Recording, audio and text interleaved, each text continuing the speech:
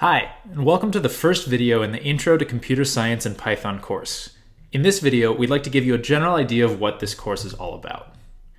This course is an awesome journey of mental gymnastics and problem solving, and the first two videos will give you a small preview of what this journey is going to be like and why it's going to be awesome. Okay, so what does this course teach? This course really teaches a couple things. It teaches the basics of programming in general, and it also teaches some specific features of the Python programming language. This course is aimed at students who have never programmed before, as well as students who have programmed before but are unfamiliar with Python. We've designed the course to be accessible and appropriately challenging for students with different levels of experience. Okay, regardless of your prior experience, you might be wondering, why learn Python?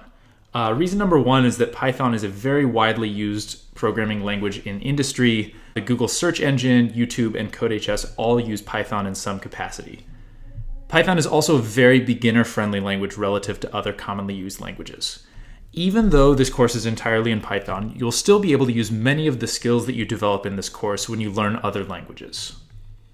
By the end of this course, you'll be able to make small games like the classic game of Hangman, you'll write a program that analyzes literature in some meaningful way, and you'll be able to go on to learn other languages with confidence and a solid understanding of programming fundamentals.